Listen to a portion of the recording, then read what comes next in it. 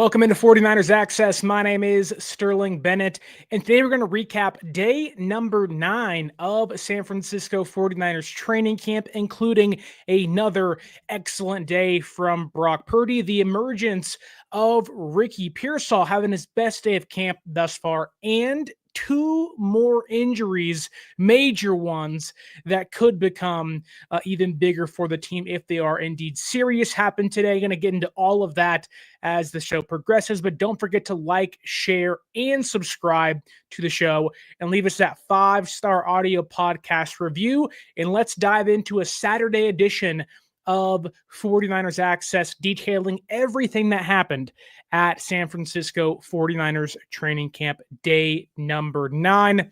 They have an off day tomorrow, but that did not stop the Niners from going about an hour and a half again today. It was a lighter practice compared to yesterday's really intense 2-hour length of practice, but still plenty to dive into today. And let's kick things off with the attendance. Who was there? Who was absent? Who was healthy? Who came back? And who was hurt?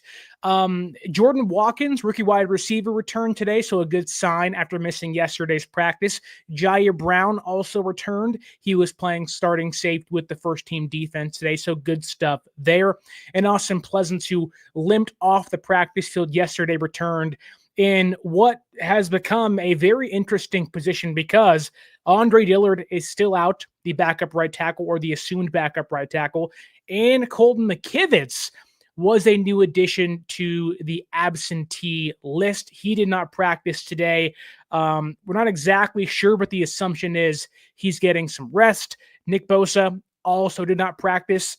Interesting enough, usually Nick has been on the same schedule as Christian McCaffrey and Trent Williams, where they will both play and practice on the same days and rest on the same days. But Trent Williams practiced today, and so did Christian McCaffrey, but Nick Bosa got the day off. I'm not sure if it was like you are rewarded for a great day of practice on Friday after having like 6 sacks or would-be sacks during practice, so give him a day off. But maybe he was just tired. I don't know, but he didn't practice today in what the team is deeming as rest. Darrell Luter Jr., cornerback, who is vying for the 3rd cornerback job on the outside of the defense. He missed practice due to personal reasons today. Not entirely sure why. None of my business, but he did not practice, making that cornerback room very, very, very thin. And then Kevin Gibbons, defensive tackle, he did not practice today. So a couple more additions to the absentee list. But we still had guys like Deommodore Lenoir. He didn't practice today, although he did do some drills on the side, so that's pretty good. Demo did drills on the side. Yetur Gross-Matos also did some drills on the sideline, and so did Andre Dillard. So 3 guys that may be coming back as soon as next week's joint practices. Renardo Green didn't practice. Jordan James is still out. Jacob Cowling is still out, and Juwan Jennings continues to be sidelined with a calf injury. But I do want to get into 2 new injuries that happened today because, my goodness, the San Francisco 49ers, although none of the injuries thus far are like really serious, there's no torn ACLs or ligaments or breaks. It's been a laundry list of guys missing practice. Now, some of those are, guys getting rest. Some of those are simply just guys, out for personal reasons. Purdy had one of those days having a baby. So there is maybe some, I guess you could say there's some true reasoning as to why guys are out outside of the injuries, but it's a long list now. According to my count, not including maybe some players like Yetur Gross-Matos, Andre Dillard, and those guys, San Francisco doesn't have Jordan James, Brandon Ayuk, Juwan Jennings, Jacob Cowling, Lenoir, Renardo Green, Andre Dillard, Yetur Gross-Matos. They're double digits at this point in time, and you're adding on 2 players now because fullback Kyle Juszczyk, he left practice early today. Not exactly sure what happened or when it even happened, but walked off the field gingerly towards the weight room. George Kittle ran over to him, kind of checked up on him, and they said it kind of seemed like things were okay, but maybe it was a nick or a bruise, or he just felt something that wasn't right. But he walked off the practice field gingerly by himself, and then kind of made his way back into the area that no one can see on the field. So not good news there. Kyle Juszczyk being out. Granted, he probably wasn't going to play much in the preseason, but with already so many guys out and the fullback really only having one of those guys on the roster, not great there. But the bigger one, in my opinion, albeit Kyle Juszczyk is so important to the offense in more ways than one, I guess you can say the more important one in the aspect of playmaking is running back Isaac Guerendo. He exited practice early today as well, favoring his right arm or shoulder. I'm not exactly sure which one it may be. Maybe it's an elbow or wrist or a forearm, a bicep. I have no idea, but he was certainly moving that puppy around after he got injured during a special teams drill. He was looked at by the training staff, and they kind of did the whole, raise your arm up, take your arm, put it above your head stuff and whatnot. And he could do that. So that is a good sign for something not being, torn or whatnot. He wasn't wincing in pain. It was just like something's uncomfortable in my arm area and shoulder area. So I guess there is some good news in that. But when you lose a player like Juszczyk, one, that sucks. He's kind of your other quarterback on the offense. He can help Purdy and McCaffrey out and that stuff out. But for Guerendo, that is a prime concern because you got Christian McCaffrey, who has been injured a lot throughout, well, I won't say throughout, but was hurt a lot last year, almost missed the entire season. And there still is concern as to can he stay healthy for this year and how important he is. Jordan James is already hurt too. And now Guerendo, who he himself has never been able to stay healthy for a season. Louisville, he was hurt there. He was hurt last year throughout training camp and during the season. And now maybe it's not serious, but those are two key players San Francisco really is relying on to maybe not play like massive roles in the offense, but be part of the offense in a larger capacity this year. Juszczyk being a fullback, obviously kind of the number 2 tight end in the offense. And again, helping Purdy and Christian McCaffrey in the offense as a whole. But Guerendo, like he is supposed to take a big step in year 2 and become kind of that, higher end explosive receiving threat out of the backfield and hopefully be the one cut back behind Christian McCaffrey. And you're looking at, Jordan James being out and Guerendo starting to take a leap into becoming a bona fide number 2 behind seams, or at least kind of securing that job in an early way during training camp and preseason, or at least having the opportunity to do that with James being out. But after what was, I think, his best running practice of training camp, he gets hurt. And it's like, man, like 2 steps forward, 1 step back, or maybe it's 1 step forward, 2 steps back for Isaac Guerendo. Just kind of unfortunate. Hope it's not serious, but San Francisco is getting pretty thin at running back. They just signed Amir Abdullah yesterday. Maybe they had to go find somebody else too, but cornerback is all messed up with injuries, and so is receiver. And now running back has already lost 2 guys, albeit not knowing how serious those are. Still 2 guys are out, seemingly. Hopefully he's back by Monday, but it feels like those guys are going to be maybe active for preseason week 1, but you just never know, and you have to have bodies. You can love your top stars. You can love your number 1 and number 2 running backs or your top receivers, but if you can't make it to then by week 1 being healthy, it's pointless to even talk about it because, the offense as a whole is relying on guys that are either unproven or have injury history. And as soon as guys start dropping that have injury history, you're asking unproven players to step up. And that's a big risk for this team. It's a really big risk, for this offense that really has to rely on young guys. Obviously, you love Purdy and Kittle and Juwan Jennings and Ayuk, and you love those people. But, man, as soon as guys start getting hurt, that's when you start worrying. That's when the dread of, despite how good San Francisco could be, there's real, serious I guess, credence to the idea that they could also be not as good as we think. And I know some fans out there see a last place record and now a last place schedule on the docket this season. And if they can stay healthy, again, talk about, some people say 15-2 or 3. I don't think that, but I think San Francisco's season really hinges on, can they stay healthy? It really does. And that includes top guys and depth guys. And you lose that much depth early in training camp, you're relying on, in this case, Christian McCaffrey to stay healthy, which, I think he will for the most part, but it's really hard to have your top running back have injury history, serious ones at that, and then have your backup also have injury history. And now your assumed third string guy have a knee injury. So they're really thin at running back. I wouldn't be shocked to see them sign somebody just to fill a camp body. Obviously, you have Cory Kiner and Amir Abdullah and Patrick Taylor Jr., but, I'm not going to get too far in the deep end of like, oh my God, this is a major concern, but it's really easy to let your brain wander into that territory as you see guys, going and getting hurt for any which way as training camp progresses. Strawberry Reacts here in the YouTube chat asks this: they do seem to be giving extra rest days to random players throughout.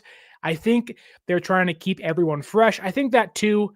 I think, kind of going back to Nick Bosa and Colton McKivitz not practicing after how the, last season went and, how poorly things resulted with injuries last year to Christian McCaffrey and Deebo Samuel and Brandon Ayuk, and so much that went wrong last year because of injuries and guys being exhausted after coming off a Super Bowl. It just wasn't going to work for them. This year, you can tell, one, they're more focused, re-energized, but also they seem to be playing it so safe, which is really good. Like you got to have your guys healthy. So I think you're right. They do want to keep guys fresh. So that's why I don't overreact to Colton McKivitz not practicing today or Nick Bosa getting an extra day off. They're going into an off day. Bosa had an excellent 3-day or 2-day stretch of practice the last couple of days. So reward him, give him a day off, and just tell him like, hey, you are Nick Bosa. We know what you're going to be like once week 1 comes along. So I don't worry about that. But he also says here in the YouTube comments, was Renardo Green working out on the side? He was earlier in the week. I didn't see him, so I'm not entirely sure. I did see though Yetur Gross-Matos and Lenoir, and sometimes those guys work out before practice and after practice when no one else is there. They do things in the weight room where nobody else can see it. So where we may look at it and see that no one's working out on the sideline during a day, that could already have transpired pre-practice, or they're doing things behind closed doors we don't see. Maybe you got treatment. I have no idea. So that doesn't mean they aren't getting work done. I'll put it that way. I think that's kind of the best way to say it, of like, just because we don't see them on a Saturday 10 a.m. practice doesn't mean that they haven't gotten work done or aren't going to get work done throughout the day elsewhere. So I'm not entirely sure. Strawberry Reacts says in the YouTube comments. He also says here, I haven't heard much from Luke Farrell, backup tight end. Is it hard to tell about his blocking in training camp? Yeah, I mean, it's always kind of hard to tell about blocking in training camp for tight ends.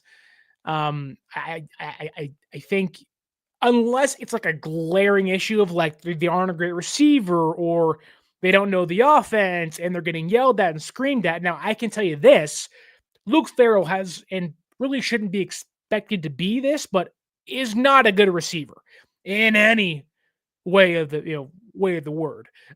He just doesn't move well. He's really stiff. And he's not like, he's a bigger body dude, right? You'd want him to beat cornerbacks, during 1v1s, and he just doesn't do that.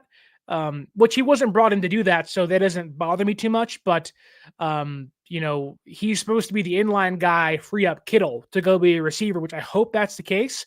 But I think you'll probably see Farrell start the preseason, and you may get a better indication there. But even then, like, you are more in tune to see how the O-line looks during training camp and during the 1v1s. But even then, like, it's still kind of this yeah, it's really hard to simulate game speed, and they're not playing starters usually, right? So there's so much happening, and you're not going to get a sense of what the offensive line or tight ends look like until preseason comes along, and even then, maybe there's still some questions of stuff. So, and that's why a lot of us were confused as to why San Francisco didn't bring or didn't keep Jarrett Kingston last year and let Ronnie Bell take his roster spot. We all said, "Huh?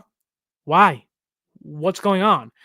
So there is stuff like that may surprise you as the preseason progresses and roster cutdown day comes along. But again, I always hold my reservations for tight ends and offensive linemen until game time comes, because it's much easier for me to dictate and kind of assess them. But you can very easily tell cornerbacks, receivers, linebackers, and quarterbacks and stuff like that, running backs too, during training camp much easier than you can tight ends or offensive line and defensive line. Albeit defensive line is easier to assess than offensive line during training camp, in my humble opinion.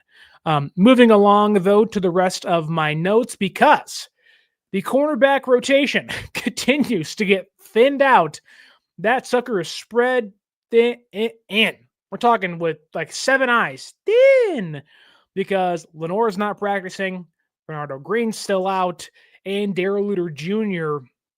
also missed today. So you have Dallas Flowers and Trey Brown on the outside, Upton Stout playing nickel. And we've seen worse days from the defense, but today was not one of their best days. Albeit, again, a lot of the starters not practicing, so you're having second string guys or borderline first team, but probably second team guys playing with the entire first team, second string guys with the second team, or third string guys with the second team, and so on and so forth down the kind of the line. And sometimes guys flourish in that, but sometimes guys just really are kind of head over heels of like, whoa, what's going on?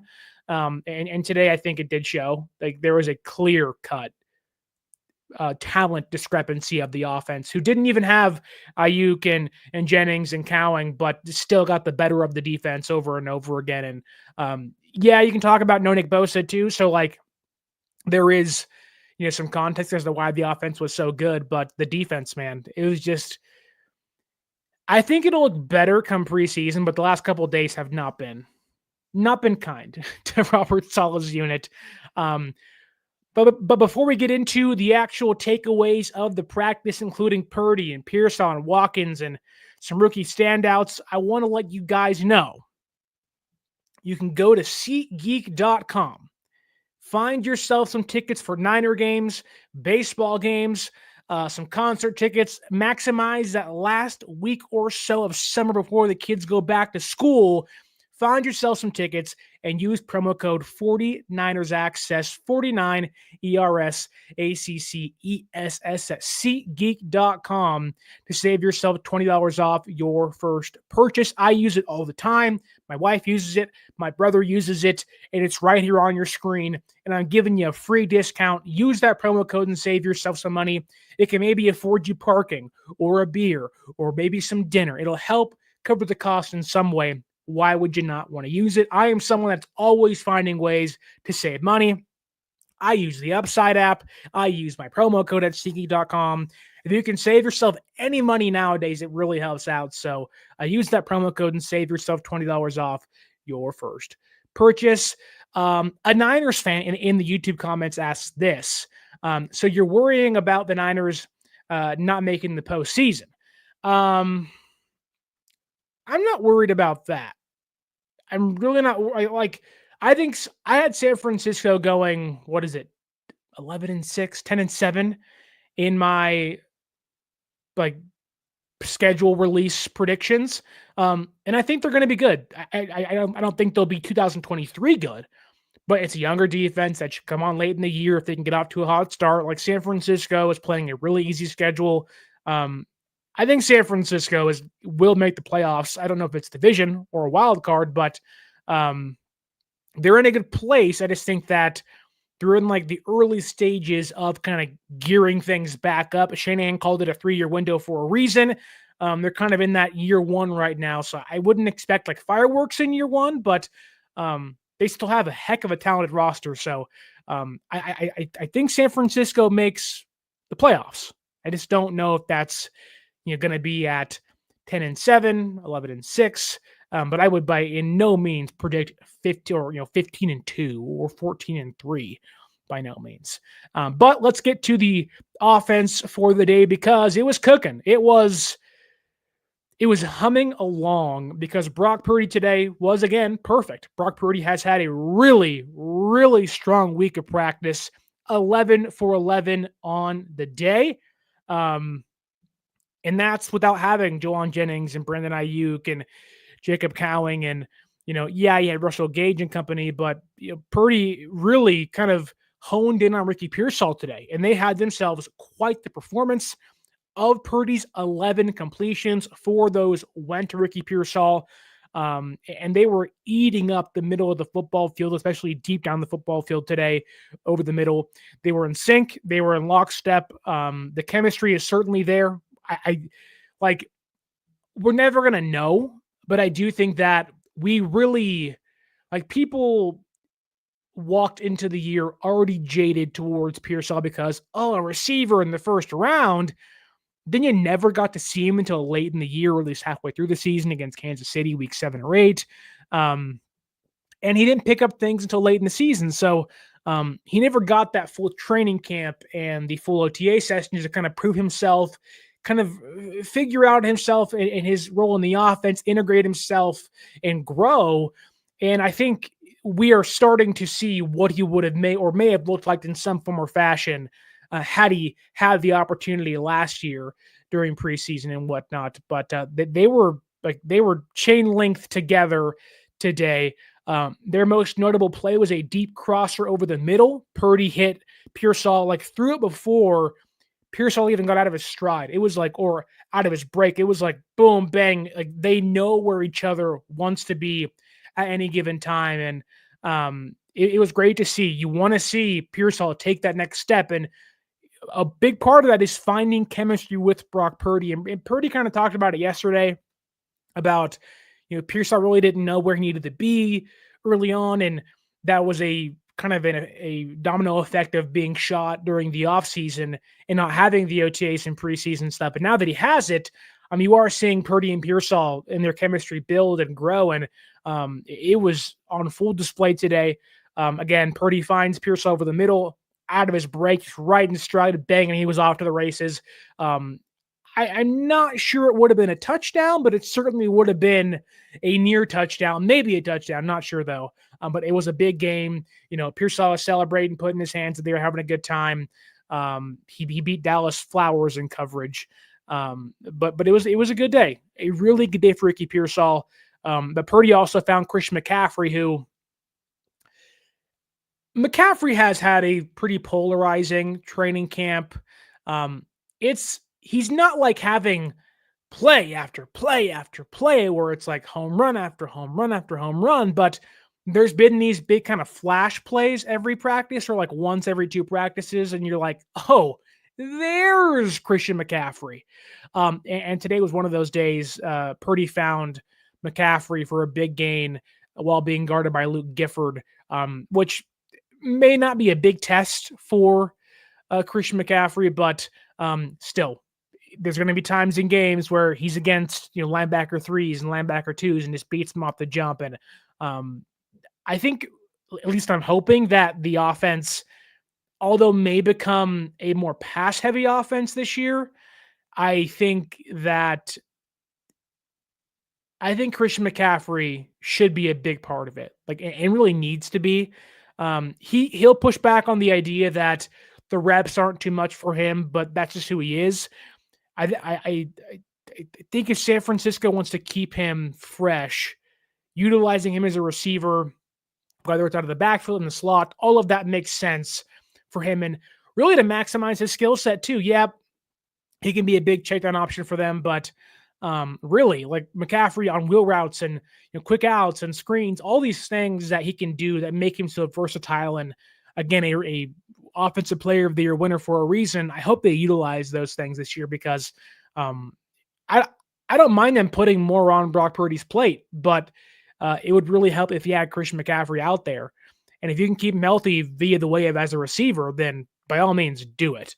But going back to Ricky Pearsall after a really good day, again, a perfect day for completion percentage for Brock Purdy, couple of big plays to Pearsall and Christian McCaffrey. But Ricky Pearsall, again, a stellar day.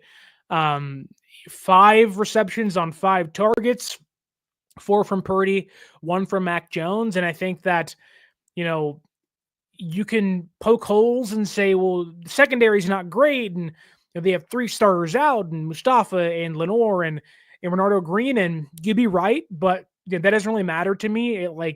Trey Brown's fighting for a cornerback starting job at nickel, and Dallas Flowers is fighting for the cornerback 3 job on the outside after Green and Lenoir. So these guys are fighting for jobs and have been okay during practice thus far. Trey Brown has certainly cooled off as training camp has progressed after a pretty good beginning to his time. But Pearsall looks crisp. When you want your young receivers to look refined and crisp and smooth. And Pearsall continues to look that way. Again, his chemistry with Purdy was off the charts. They were in lockstep.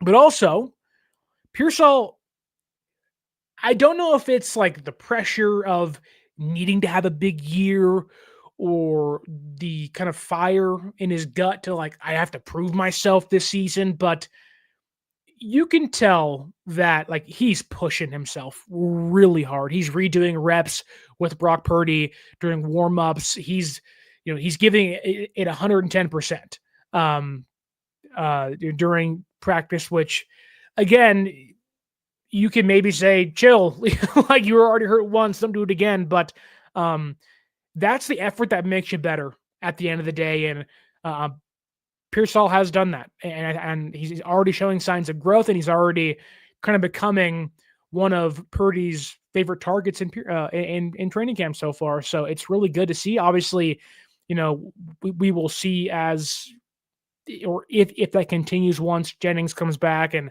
Ayuk comes back and whatnot. But I think the more Pearsall and Purdy play, the better they'll be together, and the more Pearsall plays, the better he'll be. And this is a team banking on him to have a big year. First round pick last year, was hurt last year, not healthy.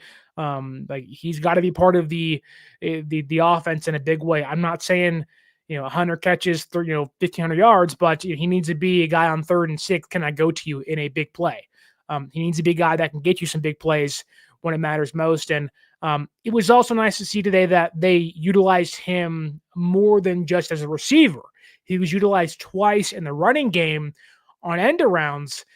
So you're seeing Shanahan mix in and utilize his versatility some more and get him the football in different ways, which is great to see, because Pearsall is a versatile receiver that can do those things that, we all praise Andy Reid for getting Mecole Hardman involved in certain ways and utilizing Rashee Rice and Kelsey in all these creative ways. While you're not going to see much of that from Kyle Shanahan, there is ways to get the ball into his playmakers' hands in different ways. Debo as the wide back and stuff and whatnot. But Pearsall, I think, really can be utilized as an end-around guy, as a screen receiver, because he has that speed. He has that. He kind of has the ability to kind of fight through contact, but also just make guys miss, and that's really valuable for an offense like this. But if he can stay healthy, that's the big thing. If he can stay healthy, he's gearing up for a nice jump in year 2. Another wide receiver also impressing, Jordan Watkins, a guy that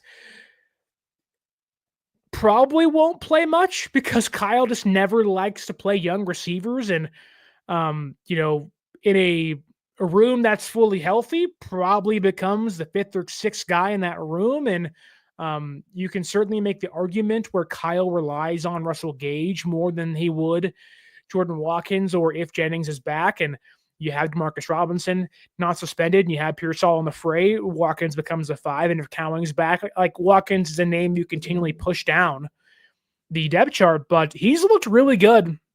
He missed practice yesterday, but he's been one of the more consistent bodies at the receiver position throughout training camp. Today came back, cut a nice 20-plus yard post route. from Brock Purdy while being guarded by UDFA Jacob Robinson. And I think just like, we would say with Cory Kiner, or at the time, Jordan James, or even on the defensive back room for Pinnock and Richie Grant and Jair Brown and Darrell Luter Jr. and Cyril Neal, guys that, although Watkins is a rookie, other guys that can take strides in their growth and kind of etch out a spot on the roster for themselves while guys miss time. Watkins is one of those premier guys you point to and say, hey, you may not be the receiver 3 or 2 or 1 when it's all said and done, but we have a lot of guys injured, and you are in a prime spot to prove yourself, get first team reps, which has happened with guys absent from practice. So these are big kind of pivotal practices for Jordan Watkins. And although, again, no Lenoir, no Green and Mustafa in the secondary to go against, he looked pretty good today. Like, he looked sharp and crisp, and the speed is a big thing for him. And I think without knowing how long, Jennings and Cowing and Ayuk are going to be out for, we have some indication, but we don't know exactly when they'll come back. He's kind of walking into next week, into a preseason week, mind you, against the Broncos, but also a pretty important joint practice week. So if he can stay healthy, one, but also continue his progress and to impress, Watkins may be on a faster track than most rookies to see some playing time, because he's looked pretty good. There was some concerns, and there has been some points of like the classroom stuff, the meeting stuff. Is he getting it? But from a physical standpoint, you can see why they like Jordan Watkins a lot and drafted him this year. Like, there is a more positive outlook to his year right now than previous rookies walking into a year like this. Like, Jordan Watkins today is a heck of a lot ahead, if that even makes sense, or a lot more ahead than Jacob Cowing was at this time last year, I will say, which Cowing didn't play much, but we saw last year when guys got hurt, they couldn't put him out there. Watkins is in a place now where guys are hurt, and I think has shown enough to kind of be tossed out there if he needs to be, and I think has shown enough to warrant, again, a longer look than just most rookies would if you're Kyle Shanahan and company on the offensive coaching staff. Let's see what else we have here. But Ollie P says in the YouTube comments, I liked Watkins' quote stating, rookies might not play a lot, but I'm different. It's one of those things where, like, everybody knows Kyle Shanahan is probably going to, his desire is to doghouse rookies and just not play them at all and give them 1 year, because Kyle is so tough on receivers, whether it's Ayuk or Debo or Pearsall, Cowling, Jalen Hurd, Dante Pettis, all those guys at some point in time for various periods of time did find themselves in the doghouse barking to get out of there. But Watkins, I think, has put his best foot forward, and I think has proven a little bit more than some of those guys have early on. Obviously, Debo and Pearsall and Ayuk are first and second round picks, so them kind of excluded. But those middle round receivers never play in year one. So, like, Watkins to me is he's doing the right things the right way and kind of showing out in a bigger way than those other mid-round receivers did in previous seasons. So if guys continue to stay hurt, he's in a really good spot to prove himself and maybe push somebody off the roster or push for like Jacob Cowing is not promised a roster spot. Now, I think they want to give him a chance, and he's been hurt and everything, but like, his depth chart spot is not safe.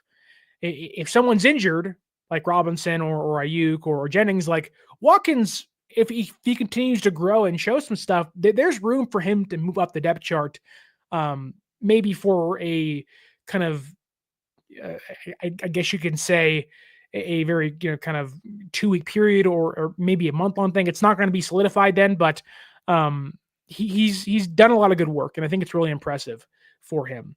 That said, I do want to keep moving along here, and on the YouTube chat, Strawberry React says, does anyone want to guess how many starters we see in preseason game 1 against the Broncos? Knowing that, like, if there wasn't joint practices, I'd probably say you'd see Purdy for one drive. You're probably not going to see Kittle. You probably would have saw Jennings. You probably would have saw Pearsall. You probably will still see Pearsall. But you're not going to see Trent. You'll probably see most of the offensive line minus Jake Brendel and Colton McKivitz, but you'll probably see Puni and Barch and those guys out there.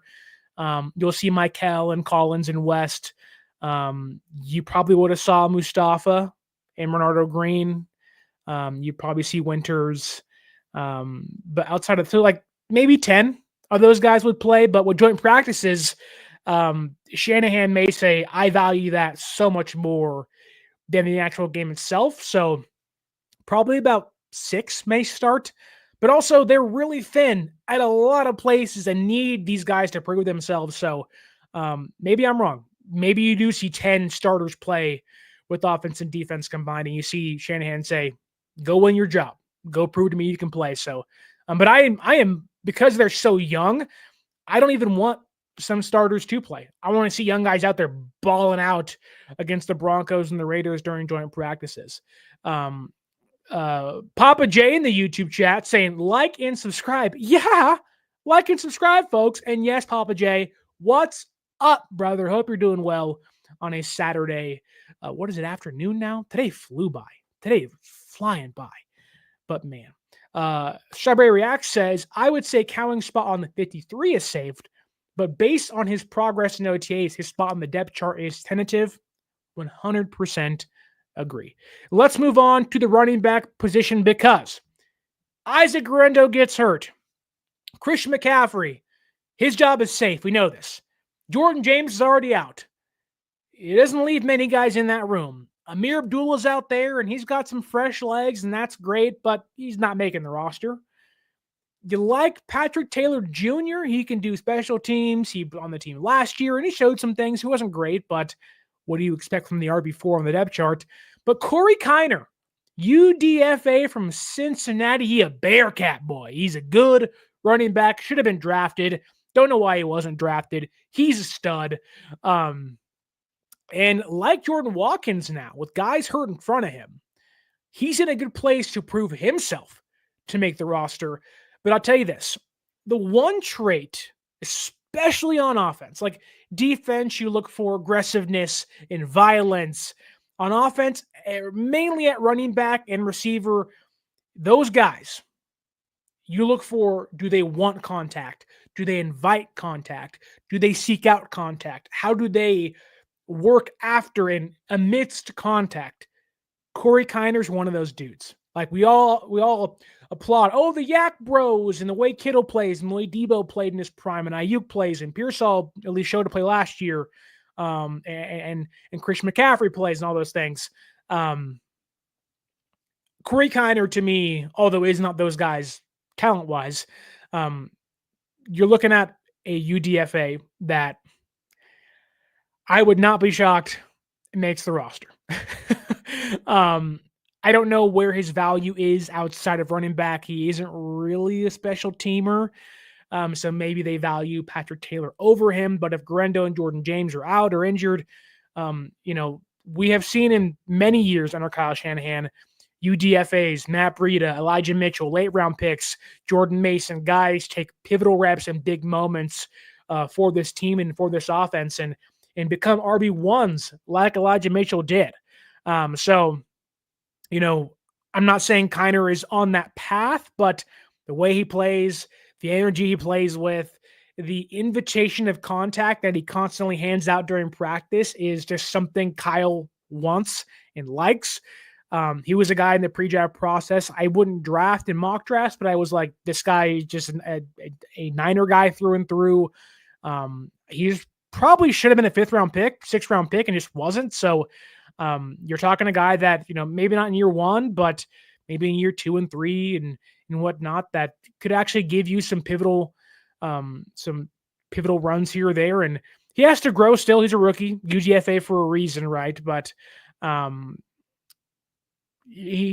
today especially, he was showing actively running towards linebackers, wanting to run towards safeties and cornerbacks, hit me, bouncing off of them, and just kept going.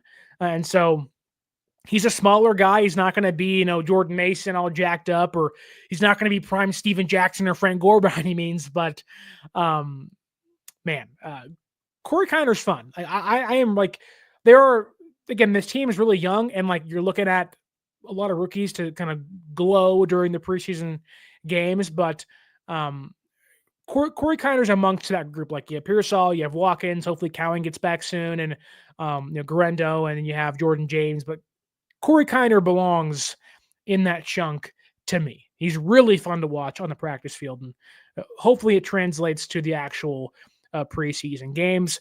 Let's now take our focus into the trenches for 1 second. No Nick Bosa, so definitely more lighter work for the offensive line. Some bounce back days from Zach Johnson and whatnot on the offensive line. Bosa wasn't annihilating Colton McKivitz because McKivitz didn't practice, nor did Bosa. He also wasn't terrorizing Trent Williams or the interior defensive line either. But a pretty quiet day for the defense, I may add. Austin Pleasance, who got the starting right tackle duties with Colton McKivitz out. Sure, again, no Nick Bosa, so how do you grade him out? I think with that knowledge, Austin Pleasance looked pretty good. Pleasantly surprised, and with Andre Dillard still being out, I mean, Pleasance kind of has the right tackle job all to himself currently behind Colton McKivitz as the right tackle too. And him and Burford they're not swapping. Burford's always at left tackle. Pleasance is always at right tackle. And Pleasance has been a guy who was signed last year and they brought back this season. He's an underrated player, I think, although he isn't great by any means. I think he's held up pretty well. He beat Sam Okawanu and Robert Beal Jr. 2 separate times apiece today during 1v1s, if that matters to you. And so there was a strong outing. He had 5, as far as I counted, 5 1v1 reps, 2 against Samo, 2 against Robert Beal Jr. Then he lost 1 to Jalen Allen, what is he, the UFL free agent they just signed, which, okay, but if you're 4 for 5, you're still batting pretty good on the offensive line. And I think against that first team defense minus Nick Bosa held up fairly well as a reserve kind of spot start, if you will, with McKivitz out. Dominick Puni, who I think has, he's gained the love from the fan base for what he did last year, stepping up, being phenomenal at right guard for 3/4 of the season before his body kind of wore down towards the end. But his pass protection continues to be stout. He continues to be a stone wall, mainly during team drills, I may add, not as much during 1v1s, but that's more of a, show me what you got kind of thing. He's also someone that can recover really well. And I think that's a valuable trait from Shanahan type offensive linemen that had the agility, the quick hips, that smoothness to move around and almost regain themselves.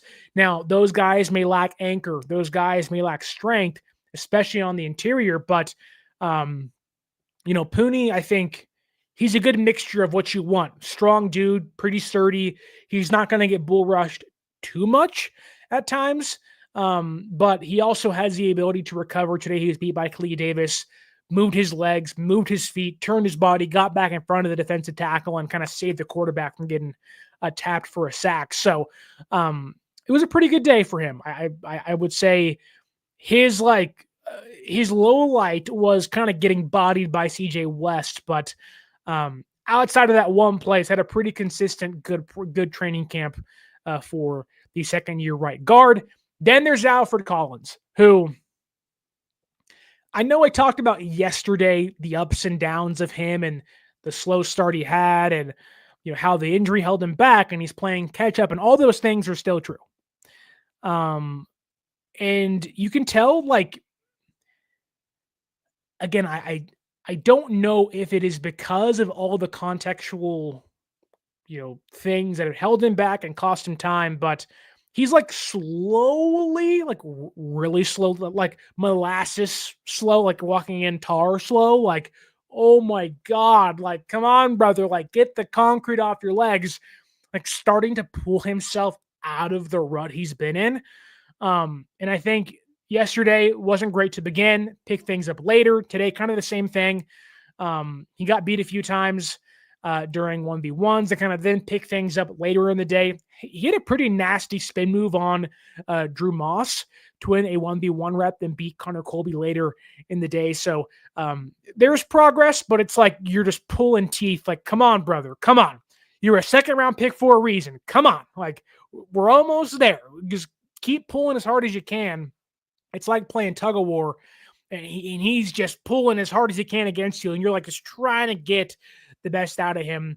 But I think the more he plays, the more time he gets in the defense, and the more we see him in team drills and during preseason games, you will kind of get a better glimpse of him as what he can be as a run defender. But small signs, small glimpses of a better player in Alfred Collins starting to kind of glimmer as he gets his feet more wet in training camp and in practice. Going back to the YouTube chat for 1 second, Strawberry coming in with the questions all day asks, Dillard was actually working on the right side though, right? Funny enough, we don't really know. He hasn't practiced once. And so the assumption is Burford's the backup left tackle, right? They gave him more guaranteed money. He's been there since day one. He played there last year. Like, he's the guy behind Trent. Dillard was brought in after they didn't sign DJ Humphries and that deal fell apart to back up Colton McKivitz. Dillard played right tackle last year with the Titans. So like, that's the assumption we're making. The problem is he hasn't practiced. So going back to the Austin Pleasance stuff, Pleasance has been like the only right tackle outside of some lower level guys like Zach Johnson on the right side. And so you'd want to see Dillard out there because you'd rather have your best guys going toe to toe for the right tackle job. But okay. Clarification by Mr. Strawberry in the YouTube chat says, sorry, I meant on the side field, meaning he may return soon. He has been the last couple of days, as far as I can remember. I know there was one day I definitely saw him out there.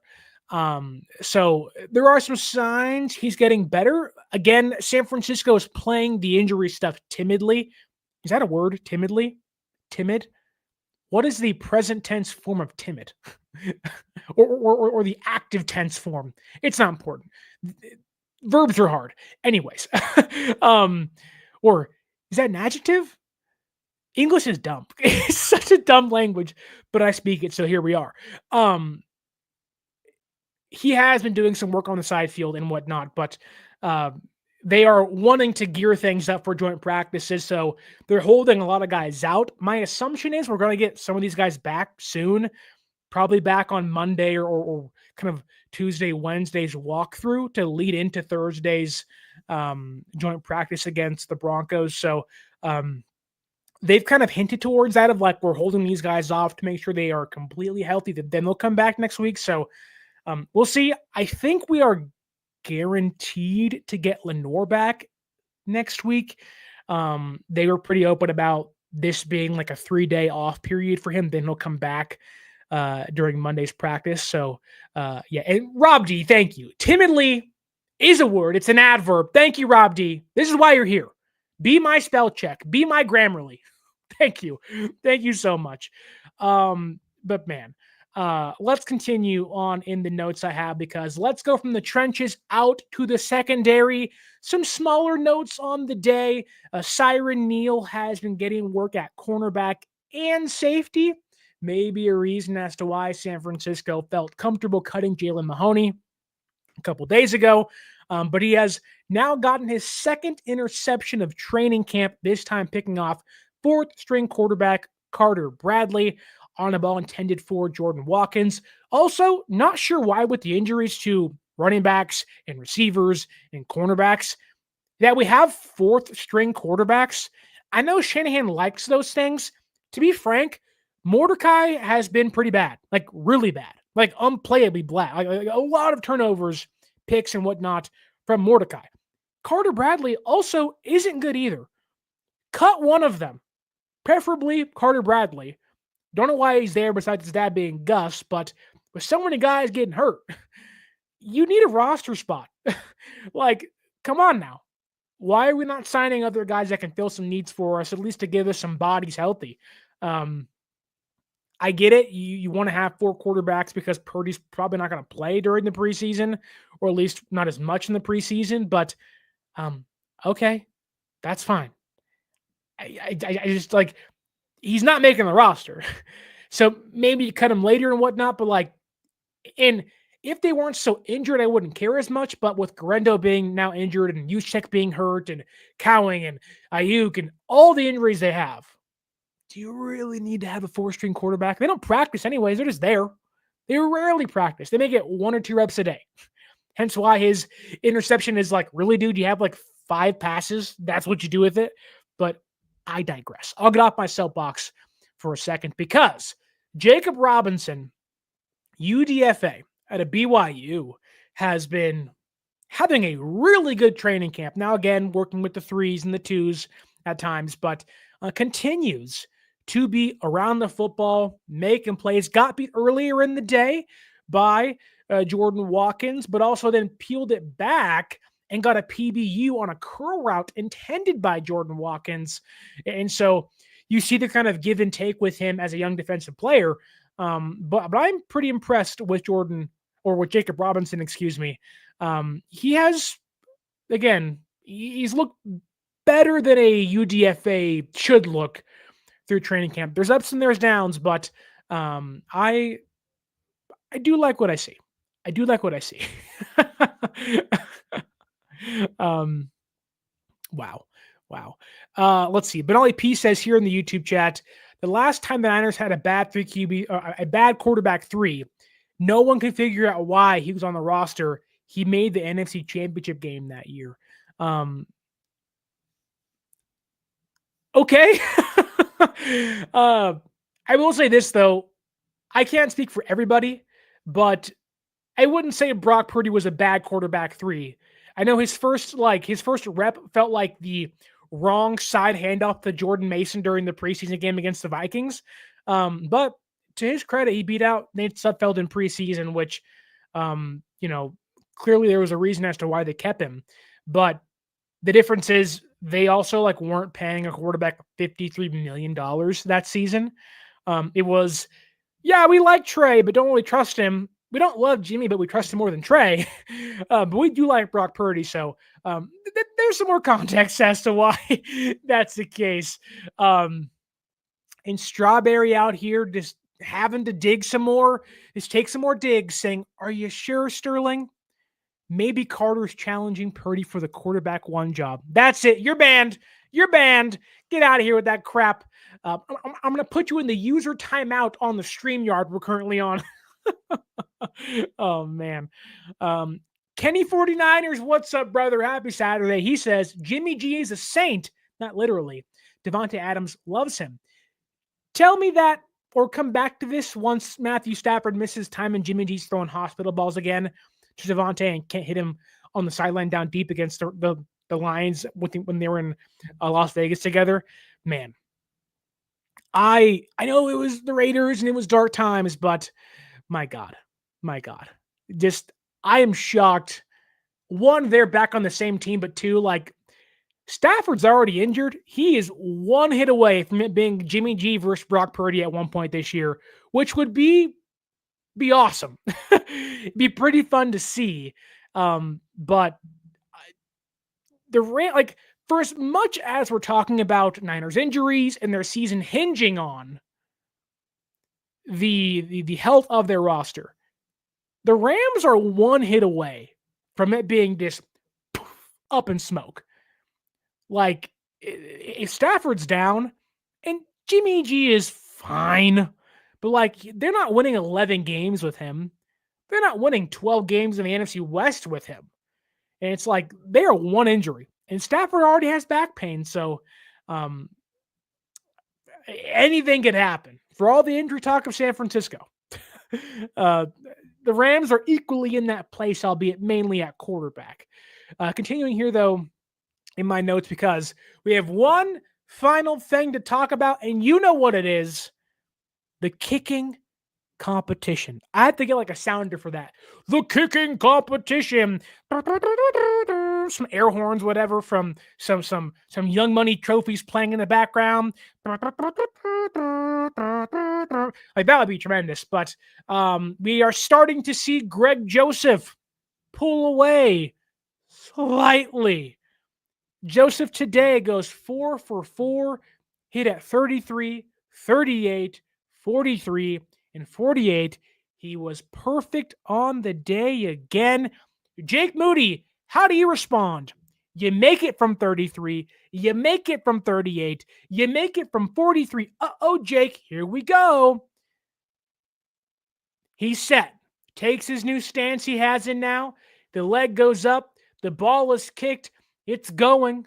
It's going. It looks like it might be straight. Oh my God, it's going wide right. And Jake misses the kick. Have you heard that one before? Because it happened today during practice. Jake went 3 for 4, missed another kick. Now throughout training camp, this is courtesy of Nat Barros of The Athletic. Greg Joseph is 22 for 24. Jake Moody is 21 for 24. So a 1 kick discrepancy, holding things back for Jake Moody. Man, oh man, oh man. Just like, I know I've said over and over again, I don't care about the training camp stats, but it would be pretty funny if Jake misses 1 kick less, or misses 1 kick more, makes 1 kick less than Greg Joseph. And that's what determines the outcome of like a 140-yard kick back on August 2nd is how Jake loses his job. But it'll come down to preseason games. And we are really right now 1 week away, 7 days from Niners preseason, week number 1.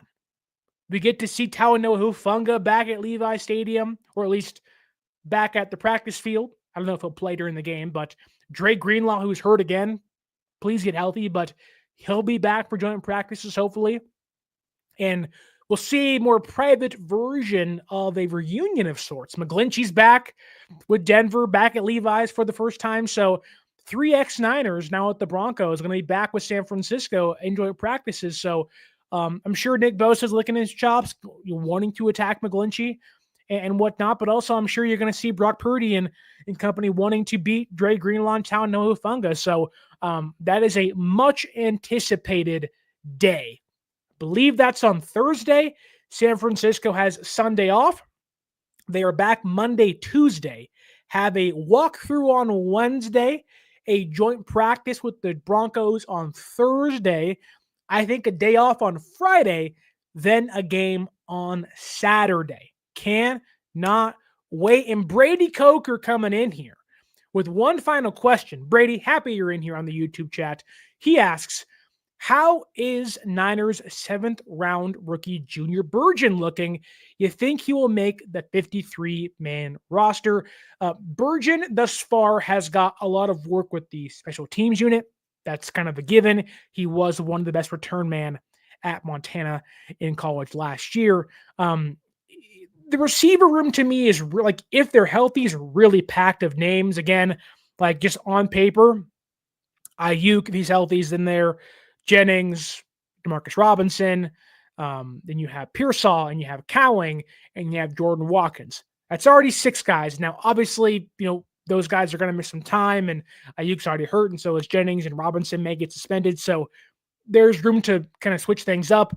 Russell Gage has been a much more efficient wide receiver in the room, and I think he has kind of the edge to make the roster over a player like Junior Burgeon. That said, today may change things for Burgeon, where you don't really know what they have planned at punt returner and kick returner because Cowing's injured, Guerendo got hurt, and Shanahan usually likes to have like that 6th or 7th receiver be the primary return man, whether it was Richie James or Cowing last season, Ronnie Bell 2 years ago. Like all those things like link up to Burgeon being the guy.